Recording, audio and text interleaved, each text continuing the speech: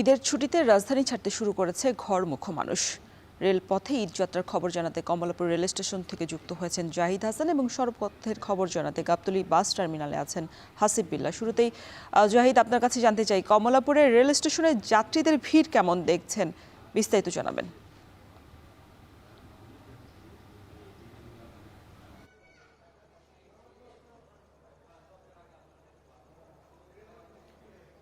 Roston, সকাল থেকেই ঘরমুখো মানুষ যারা ঈদের ছুটিতে এখন বাড়ি ছাড়া শুরু করেছেন, খুব ভোর থেকেই কমলাপুর রেল স্টেশনে যাত্রীদের ভিড় ছিল। তবে যেহেতু ঈদের আরও বেশ কিছুদিন বাকি রয়েছে, এ কারণে শুরুতেই তেমন যে ভিড়টি থাকে, ঈদের আগে আগে যে ভিড়টি থাকে, সেই ভিড় কমলাপুর রেল স্টেশনে নেই। সকাল থেকে যে ট্রেনগুলো দেশের বিভিন্ন অঞ্চলে ছেড়ে যাওয়ার কথা ছিল, সেই ট্রেনগুলো ছেড়ে গেছে। কিছু সময় বিলম্ব হলেও সেটি খুব বেশি সময় বিলম্ব হয়নি। নির্ধারিত সময়ের মধ্যেই যাত্রীরা তাদের কাঙ্ক্ষিত ট্রেনে তারা বাড়িতে রওনা দিতে পেরেছেন এবং কমলাপুর রেল স্টেশন থেকে মূলত সকাল 6টার পর থেকেই এই রেলগুলো ছেড়ে যাচ্ছে, ট্রেনগুলো ছেড়ে যাচ্ছে দেশের বিভিন্ন অঞ্চলে। চট্টগ্রাম অঞ্চলের ট্রেনটি ছেড়ে গেছে এবং রাজশাহী অঞ্চলের যে ট্রেন ধূমকেতু, সেটিও 6টার পরেই ছেড়ে গেছে।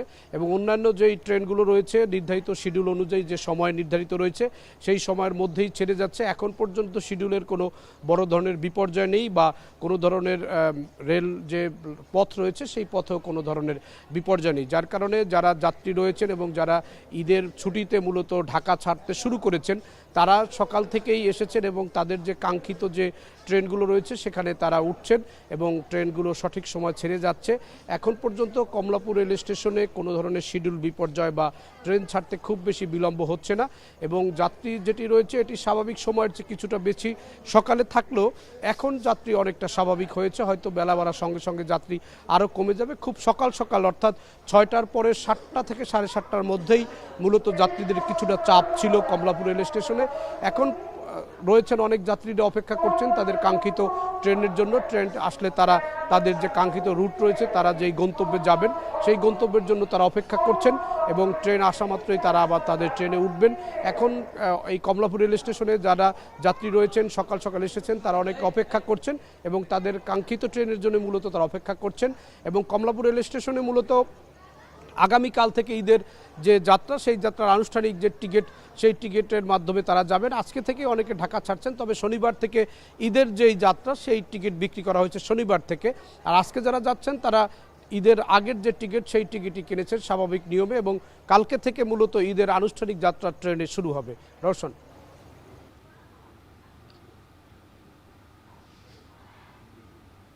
এবার আমরা সড়ক পথের খবর জানতে চাই। হাসিব, আপনি তো গাবতলী বাস টার্মিনালে রয়েছেন, যাত্রী অনুযায়ী বাস কেমন দেখছেন আর ভাড়া নিয়ে কোনো অভিযোগ রয়েছে কিনা যাত্রীদের?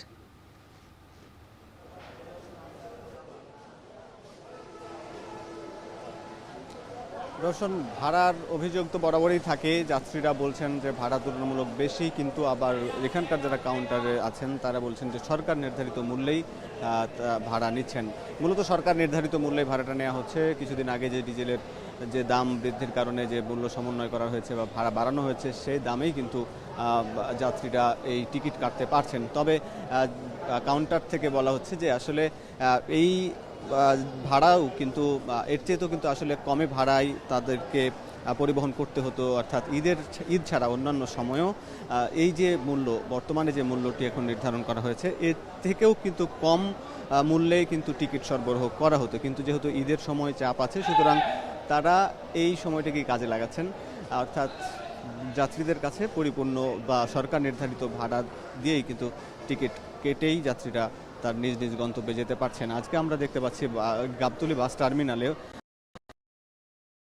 এখানকার যে প্রত্যেকটি কাউন্টারে বেশ ব্যস্ততা লক্ষ্য করা যাচ্ছে। এখানে যাত্রীদের ভিড় এবং আমরা দেখেছি যে যাত্রীরা এখানে এসে টিকিট কাটছেন। কেউ কেউ আগে থেকে অনলাইনে টিকিট কেটে রেখেছিলেন, বুকিং দিয়ে রেখেছিলেন, এখানে এসে টাকাটা জমা দিয়ে তারা টিকিটটা নিতে পারছেন। তবে আমরা দেখতে পাচ্ছি যে আমরা বিভিন্ন অনেকেই এই বাস এই জায়গায় আসতে কিন্তু দেরি হচ্ছে, কিছুটা বিলম্ব হচ্ছে। বিশেষ করে সাভারে এই সাভারে কিছু যানজট রয়েছে। এছাড়া একই সঙ্গে আমরা যখন ঢাকার প্রবেশ পথগুলোতে বেশ কিছু যানজটের মুখোমুখি হচ্ছেন যাত্রীরা, এবং বিশেষ করে দারুস সালাম থেকে টেকনিক্যাল পর্যন্ত এই যে সড়ক পথ বা বিশেষ করে সেই সড়ক চলে গেছে কল্যাণপুর বা শ্যামলী পর্যন্ত, সেখান থেকে যানজট পার হয়ে কিন্তু যাত্রীরা এই গাবতলী পর্যন্ত আসতে পারছেন। এমনি দেখছেন যে এখানে এই যে সরকারি যে মূল্য তালিকা, কিন্তু আন্তজেলা ও দূরপাল্লা রুটের যে তালিকা কিন্তু এখানে ঝুলানো আছে। প্রত্যেকটা এটি সড়ক পরিবহন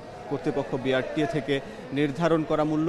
এই মূল্য দিয়েই কিন্তু যাত্রীরা নিজ নিজ গন্তব্যের জন্য টিকিট কাটছেন। তবে যাত্রীদের মধ্যে বেশ উৎসাহ উদ্দীপনা রয়েছে।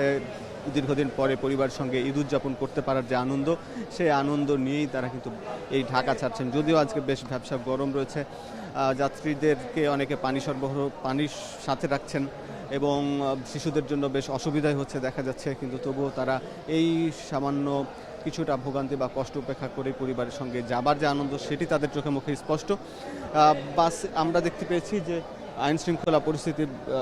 আইনশৃঙ্খলা বাহিনীর সদস্যরাও কিন্তু সড়কে অবস্থান করছেন এবং তারা যেন কোনো বাস পথে কেউ কাউকে না উঠানো হয়, এজন্য কিন্তু তাদেরকে আইনশৃঙ্খলা বাহিনী সতর্ক অবস্থানে রয়েছে আমরা দেখতে পেয়েছি।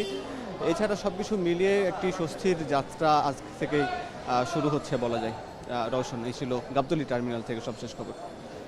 ঈদকে সামনে রেখে ঘরমুখো মানুষের খবর জানাতে গাবতলী বাস টার্মিনাল এবং কমলাপুর রেল স্টেশন থেকে যুক্ত ছিলেন সহকর্মীরা।